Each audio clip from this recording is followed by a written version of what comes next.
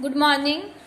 Let's start with the topic Architecture of Microprocessor 8085 or Functional Block Diagram of 8085.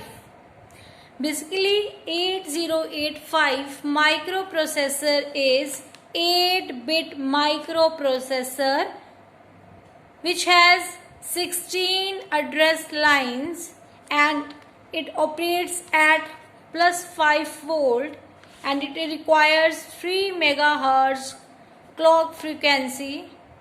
It has 40 pins. The functional block diagram of 8085 is divided into different groups.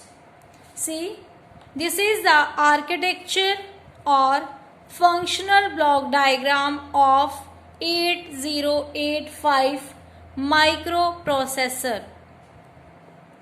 It has different blocks and the function of each and every block can be explained here as first is this block diagram consists of different kinds of groups. Firstly, it has register groups that is used for the storage purpose. Secondly, it has timing and control unit which is used to perform the overall control of a microprocessor. Similarly, it has some temporary registers and it has interrupt controller unit. So, now we will discuss the function of each and every block. Firstly, start with the register section. The register section consists of 8-bit registers. Register section consists of 8-bit registers. The 8-bit registers are A, B, C, D, E, H, L, W, Z. There are 8-bit registers and there are two 16-bit registers.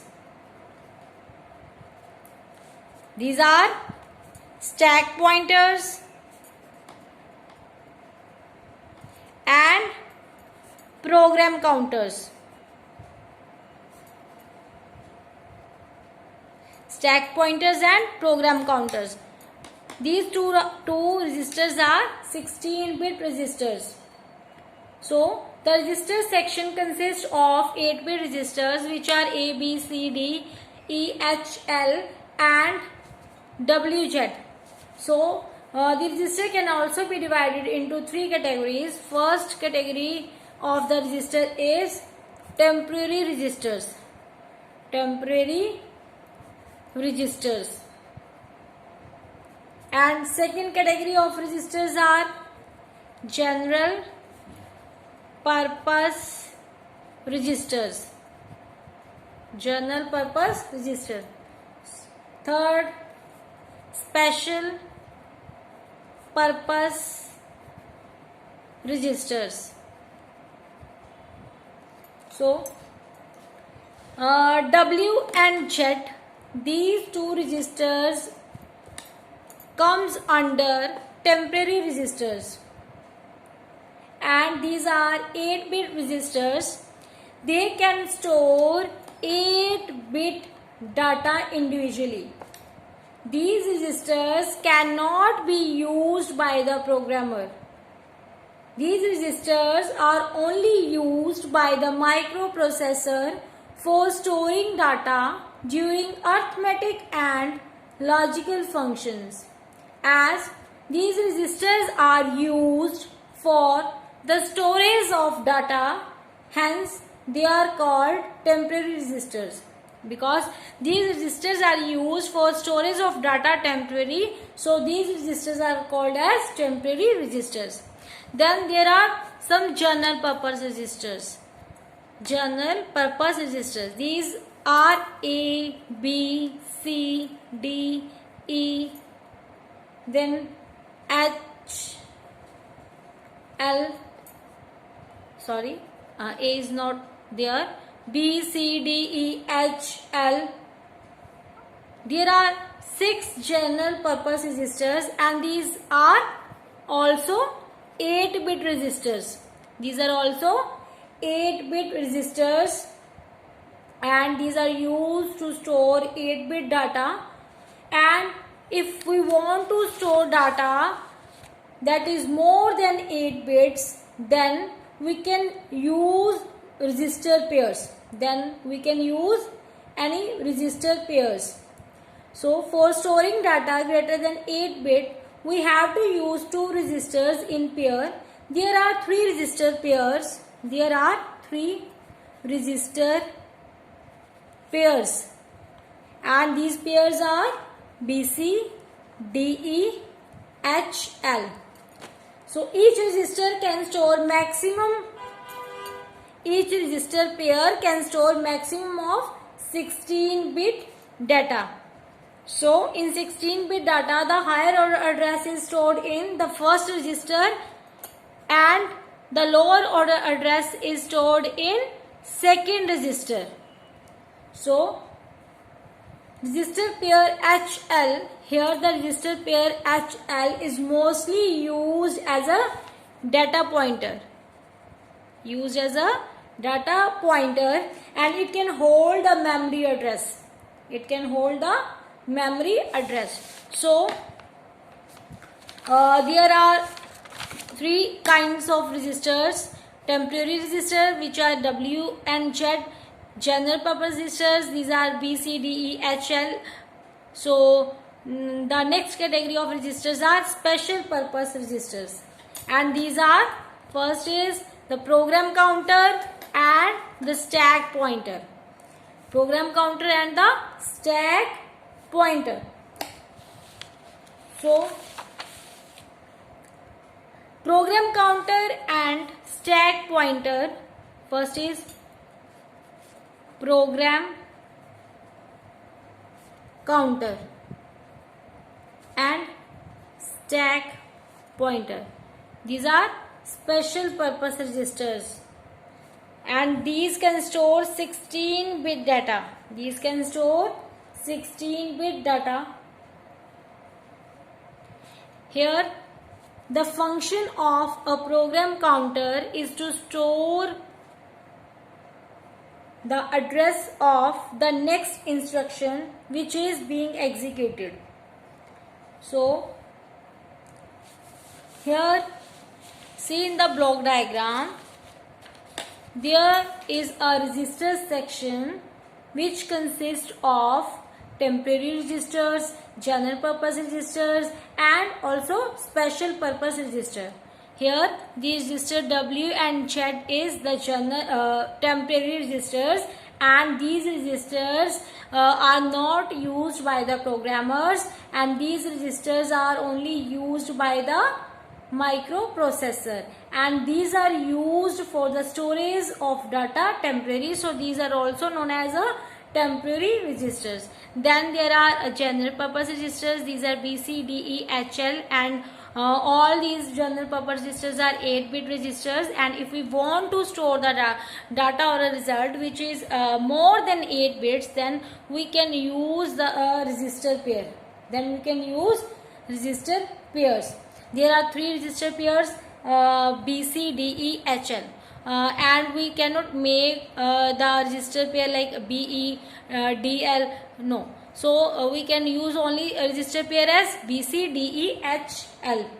So next, special purpose register. In 8085 there are 5 special purpose registers, as I told you earlier.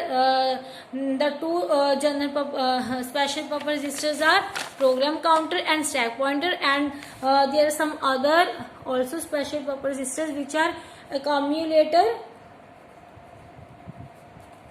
flag register, then instruction register.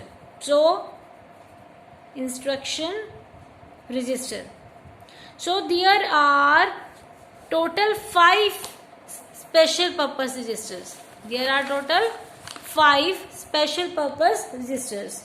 Let's do one by one. First is accumulator. It is 8-bit register and which consists of 8 flip-flops. So it can store maximum of 8-bit data. So accumulator register can be represented by A, and it is a part of ALU. The importance of accumulator in ALU is it perform in the arithmetic and logical operations. Microprocessor always take the first 8-bit data from the accumulator, and the final result is also stored in the accumulator. So accumulator plays very important role in arithmetic and logical operations. Next special purpose register is flag register. Flag register, which is also, see, this is the flag register, which is also 8-bit registers. So there are 8 flip-flops.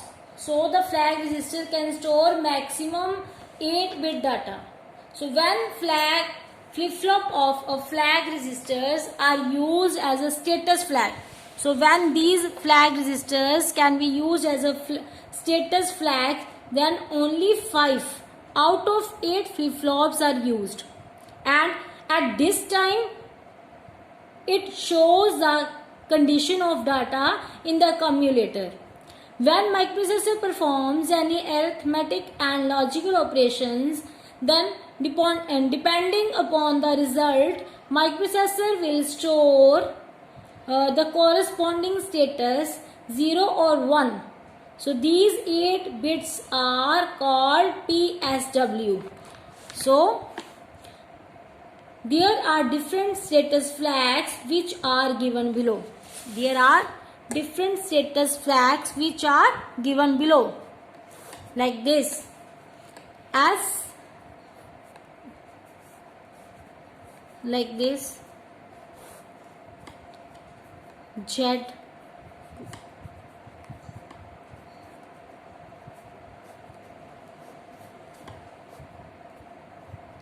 so this is a 8-bit register from D0, D1, D2, D3, D4, D5, D6, D7. Here this D1, D3 and D5. All 3 bits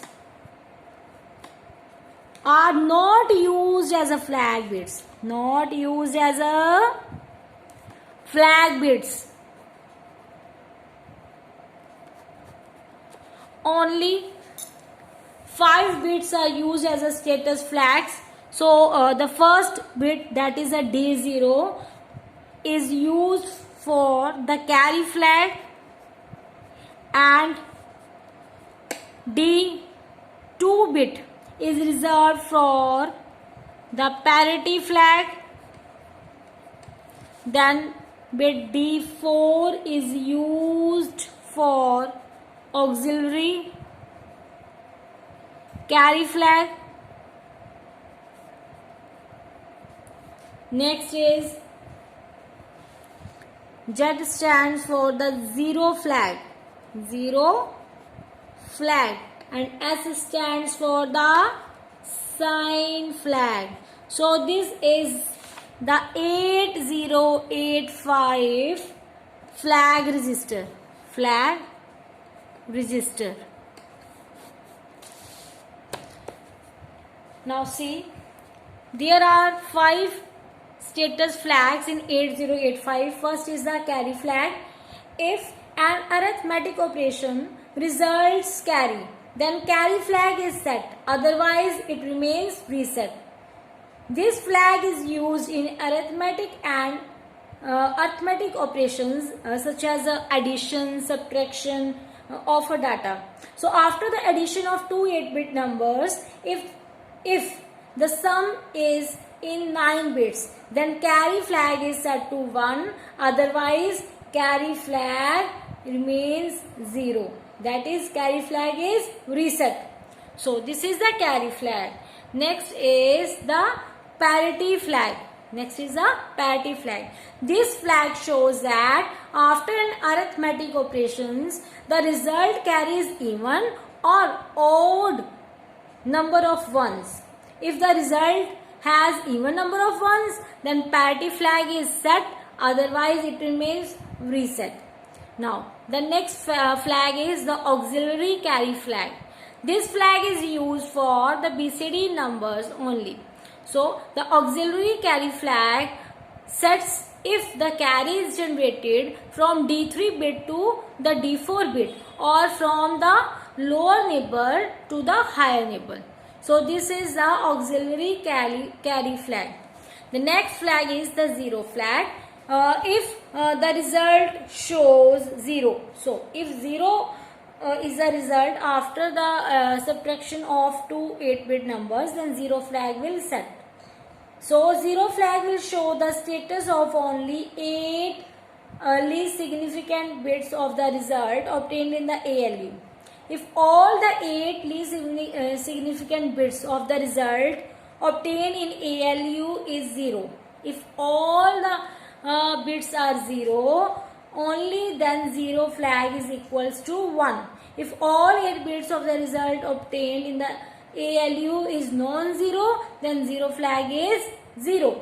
So the next flag is the sign flag that indicate the sign of the number, whether the number is positive or the number is negative. So when microprocessor performs an arithmetic and logical operation in ALU, then the most significant bit, that is the D7 bit. So this bit of 8-bit data is directly copied into the sign flag. So if an arithmetic operation in ALU provides negative result, then sign flag is set. Otherwise it remains reset.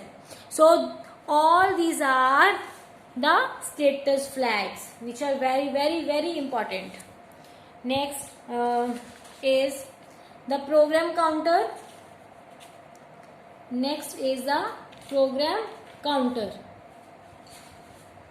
So program counter is also a special purpose register. It is a 16-bit register having 16 flip-flops. Program counter can store maximum 16-bit data. So it is used to hold the memory address of the next instruction to be executed. So microprocessor incremented the contents of program counter during the execution of the instruction. Next is the stack pointer, and it is a 16-bit special purpose register, and it is used to store the address of the stack top. Right? It is used to store the address of the stack top. So all these are some special purpose registers, general purpose registers, and temporary registers. Next, there is a logical unit that is known as the arithmetic and logical unit. This is basically used for the arithmetic and logical operations, for example addition, subtraction, multiplication, and division. This is also 8-bit unit. Then there is increment or decrement register that is used to increment or decrement the content of a program counter. And then is address latch that is used to store the lower order address, then address or a data higher order address. So address or data A0 to A7, that is used to store a lower order address or data.